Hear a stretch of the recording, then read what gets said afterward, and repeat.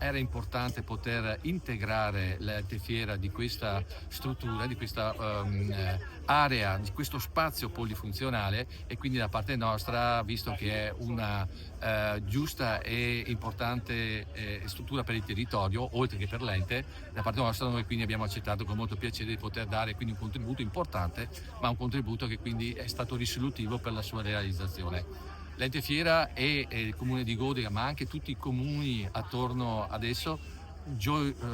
usufruiranno di questa struttura sicuramente, ed è quindi credo che sia importante che una banca del territorio possa avere anche una visione di futuro di questo tipo.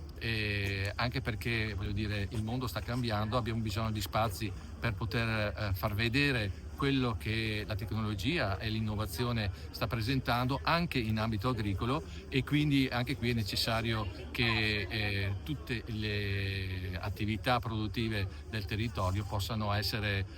in una visione comune, attente a far sì che queste opere possano essere sempre più realizzate e vicine alle esigenze del territorio stesso.